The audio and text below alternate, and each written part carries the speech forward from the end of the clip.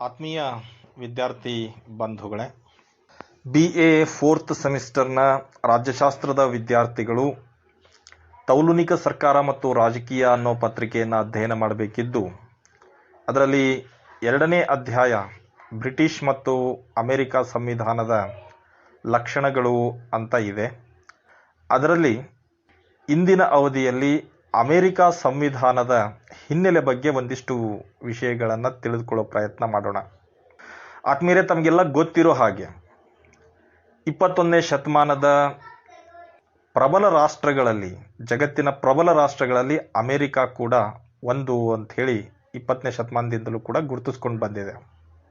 ಇವತ್ತು ವಿಶ್ವದ ಹಿರಿಯಣ್ಣ ಅಂತ ಕರೆಯಲ್ಪಡ್ತಾ ಇರತಕ್ಕಂತಹ ಅಮೆರಿಕ ದೇಶ ಮುಂದುವರಿದ ರಾಷ್ಟ್ರಗಳ ಸಾಲಿನಲ್ಲಿ ಅಗ್ರಗಣ್ಯವಾಗಿರ್ತಕ್ಕಂತಹ ಅಮೆರಿಕ ದೇಶ 15ನೇ ಶತಮಾನದ ಹೊತ್ತಿನವರೆಗೆ ಈ ಜಗತ್ತಿಗೆ ಪರಿಚಯವಾಗಿರಲಿಲ್ಲ. ಅದರ ಒಂದು ಪರಿಚಯದೊಡನೆ ಯುರೋಪ್ ಖಂಡದ ಅನೇಕ ಸಾಮ್ರಾಜ್ಯಶಾಹಿ ರಾಷ್ಟ್ರಗಳು ಅಮೇರಿಕದಲ್ಲಿ ತಮ್ಮ ನೆಲೆಗಳನ್ನು, ವಸಾಹತುಗಳನ್ನು ಸ್ಥಾಪನೆ ಮಾಡೋದಕ್ಕೆ ಮುಂದಾಗ್ತವೆ. ಇತರ ಯುರೋಪಿಯನ್ ರಾಷ್ಟ್ರಗಳ ಥರನೇ ಬ್ರಿಟನ್ ಕೂಡ ತನ್ನ ವಸಾಹತುಗಳನ್ನ ಸ್ಥಾಪನೆ ಮಾಡಲಿಕ್ಕೆ ಪ್ರಯತ್ನಿಸಿ ಅದರಲ್ಲಿ ಸಫಲವಾಗ್ತಕ್ಕಂಥ ಕೆಲಸ ಮಾಡ್ತದೆ. 1602ನೇ ಇಸ್ವಿನಲ್ಲಿ ರಾಣಿ 1ನೇ ಎಲಿಜಬೆತ್ಲಿಂದ ಪರವಾನಿಗೆ ಪಡೆದಂತಹ ಬ್ರಿಟಿಷರು ಲಂಡನ್ ವರ್ಜಿನಿಯಾ ಕಂಪನಿ ಅನ್ನೋದನ್ನು ಸ್ಥಾಪನೆ ಮಾಡಿ ಅಮೇರಿಕದಲ್ಲಿ ತಮ್ಮ ಅಸ್ತಿತ್ವವನ್ನು ಹೊಂದಲಿಕ್ಕೆ ಪ್ರಯತ್ನವನ್ನು ಆರಂಭ ಮಾಡ್ತಾರೆ. ಬಹುಬೇಗನೆ ಅಮೇರಿಕದಲ್ಲಿ ಇದ್ದಂತಹ ಇತರ ವಸಾಹತು ಶಾಹಿ ದೇಶಗಳನ್ನು ಹಿಂದಿಕ್ಕಿ ಬ್ರಿಟಿಷರು ಪ್ರಭಾವ ಬೀರ್ತಕ್ಕಂತಹ ಕೆಲಸವನ್ನು ಮಾಡ್ತಾರೆ. ಆದರೆ ಅವರಿಗೆ ಫ್ರೆಂಚರಿಂದ ಸಾಕಷ್ಟು ವಿರೋಧವನ್ನು ಅಮೇರಿಕದಲ್ಲಿ ಎದುರಿಸಬೇಕಾದ ಅನಿವಾರ್ಯತೆ ಉಂಟಾಗ್ತದೆ. ಅಮೇರಿಕದ ವಸಾಹತುಗಳಲ್ಲಿ ಸ್ಪರ್ಧೆ ನಡೀತದೆ. ಯಾವ ರಾಷ್ಟ್ರದವರು ಇಲ್ಲಿ ವಸಾಹತುಗಳನ್ನು ಹೆಚ್ಚು ಹೊಂದಬೇಕು ಅಂಥೇಳಿ.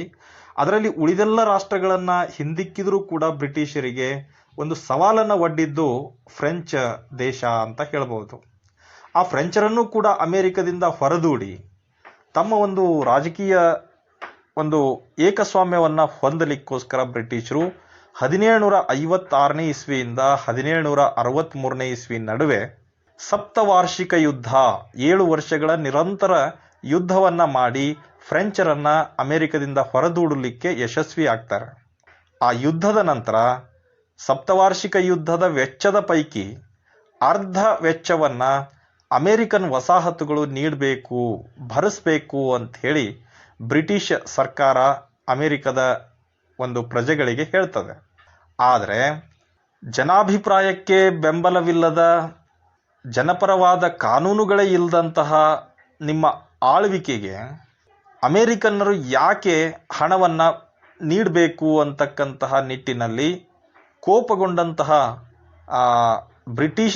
ಅಮೇರಿಕದ ವಸಾಹತುಗಳ ನಾಯಕರಾದಂತಹ ಜಾನ್ ಆಡಮ್ಸ್, ಥಾಮಸ್ ಜೆಫರ್ಸನ್ ಮುಂತಾದ ನಾಯಕರು ಏನು ಮಾಡ್ತಾರೆ ಅಂತಂದರೆ ಬ್ರಿಟಿಷರ ನೀತಿಯನ್ನು ಖಂಡಿಸ್ತಾರೆ.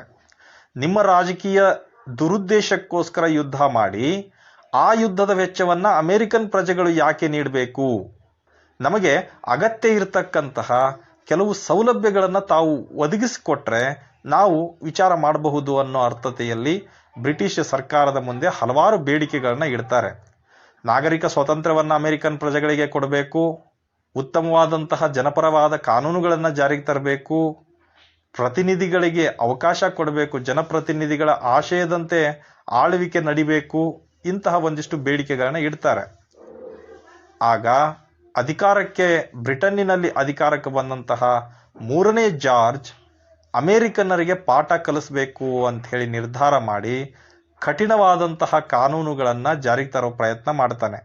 ಕಠಿಣವಾದ ಕಾನೂನುಗಳು, ಜನವಿರೋಧಿ ನೀತಿಗಳಿಂದ ಬೇಸತ್ತಂತಹ ಅಮೇರಿಕದ ವಸಾಹತು ಪ್ರದೇಶದ ಪ್ರಜೆಗಳು 4 ಜುಲೈ 1776ರಂದು ತಮ್ಮ ವಸಾಹತುಗಳನ್ನು ಸ್ವತಂತ್ರ ಅಂತ ಹೇಳಿ ಘೋಷಣೆ ಮಾಡ್ಕೊಂಡ್ಬಿಡ್ತಾರೆ. ಇದರಿಂದ ರೊಚ್ಚಿಗೆದ್ದಂತಹ ಬ್ರಿಟಿಷ್ ಸರ್ಕಾರ ಯುದ್ಧವನ್ನು ಮಾಡುತ್ತೆ ಅಮೆರಿಕನ್ ವಸಾಹತುಗಳ ಜೊತೆಗೆ. 13 ಅಮೆರಿಕನ್ ವಸಾಹತುಗಳ ಸೈನ್ಯ ಮತ್ತು ಬ್ರಿಟಿಷ್ ಸರ್ಕಾರದ ಸೈನ್ಯದ ನಡುವೆ ಒಂದು ಯುದ್ಧ ನಡೀತದೆ. ಆ ಯುದ್ಧದಲ್ಲಿ ಅಮೆರಿಕನ್ ವಸಾಹತುಗಳ ಸೈನ್ಯದ ನಾಯಕತ್ವವನ್ನು ಜಾರ್ಜ್ ವಾಷಿಂಗ್ಟನ್ ವಹಿಸ್ತಕ್ಕಂಥ ಕೆಲಸ ಮಾಡಿರ್ತಾರೆ. ಅಂತಿಮವಾಗಿ ಯುದ್ಧದಲ್ಲಿ ಅಮೆರಿಕನ್ ವಸಾಹತುಗಳ ಸೈನ್ಯ ವಿಜಯಶಾಲಿ ಆಗತ್ತೆ. ಬ್ರಿಟಿಷರು ಅಮೆರಿಕದಿಂದ ಹಿಂದೆ ಸರಿತಕ್ಕಂತಹ ಕೆಲಸ ಆಗತ್ತೆ. ಈ ರೀತಿ ವಿದೇಶಿಯರ ಪ್ರಭಾವದಿಂದ ಮುಕ್ತವಾದಂತಹ ಅಮೆರಿಕನ್ ವಸಾಹತುಗಳು ಒಂದು ಕಾನ್ಫೆಡರೇಷನ್ ರಚಿಸಿಕೊಂಡು, ಒಂದು ಒಕ್ಕೂಟವನ್ನು ರಚಿಸಿಕೊಂಡು 13 ವಸಾಹತುಗಳು ಸಾಮೂಹಿಕ ರಕ್ಷಣೆ ಮತ್ತು ಆರ್ಥಿಕ ಅಭಿವೃದ್ಧಿಗೋಸ್ಕರ ಪರಸ್ಪರ ಹೊಂದಾಣಿಕೆಯಿಂದ ಕೆಲಸ ಮಾಡಲಿಕ್ಕೆ ಒಂದು ಕಾನ್ಫೆಡರೇಷನ್ ರಚನೆ ಮಾಡಿಕೊಂಡು ಆಡಳಿತವನ್ನು ಆರಂಭ ಮಾಡ್ತವೆ. ಆದರೆ 13 ವಸಾಹತುಗಳ ನಡುವಿನ ಭಿನ್ನಾಭಿಪ್ರಾಯ, ಒಳಜಗಳ, ಅಸಮಾಧಾನಗಳಿಂದ ಎಲ್ಲೋ ಒಂದು ಕಡೆ ಅಮೆರಿಕಕ್ಕೆ ಮತ್ತೆ ಕೆಟ್ಟ ದಿನಗಳು ಭವಿಷ್ಯದಲ್ಲಿ ಬರಬಹುದು ಅಂತಕ್ಕಂತಹ ಸ್ಥಿತಿ ಒದಗಿ ಬರ್ತದೆ. ಆಗ ಈ ಅಮೆರಿಕದ 13 ವಸಾಹತುಗಳು ಹೊಂದಾಣಿಕೆಯಿಂದ ಸೌಹಾರ್ದಯುತವಾಗಿ ಕಾರ್ಯನಿರ್ವಹಿಸಬೇಕು ಅಂತಂದರೆ ಒಂದು ಸಂವಿಧಾನದ ಅವಶ್ಯಕತೆ ಇದೆ. ಒಂದು ಸಂವಿಧಾನ ರಚನೆ ಆದರೆ ಆಗ ಈ ಭಿನ್ನಾಭಿಪ್ರಾಯ, ಒಳಜಗಳಗಳು ಮಾಯವಾಗಿ ಅಮೆರಿಕ ಒಗ್ಗಟ್ಟಿನಿಂದ ಮುನ್ನಡಿಲಿಕ್ಕೆ ಸಾಧ್ಯ ಅಂಥೇಳಿ ಭಾವಿಸಿ 13 ವಸಾಹತುಗಳ ನಾಯಕರನ್ನೊಳಗೊಂಡಂತಹ ಸಂವಿಧಾನ ರಚನಾ ಸಭೆ, ಅಮೆರಿಕಕ್ಕೆ ಅಗತ್ಯ ಇರತಕ್ಕಂತಹ ಸಂವಿಧಾನವನ್ನು ರಚಿಸ್ಲಿಕ್ಕೋಸ್ಕರ ಸಂವಿಧಾನ ರಚನಾ ಸಭೆಯನ್ನು ಫಿಲಡೆಲ್ಫಿಯಾ ಸಮ್ಮೇಳನ ಅಂತ ಕರೀತಾರೆ. ಅದನ್ನ ಫಿಲಡೆಲ್ಫಿಯಾ ಸಮ್ಮೇಳನ ಅಂತ ಕರೀತಾರೆ.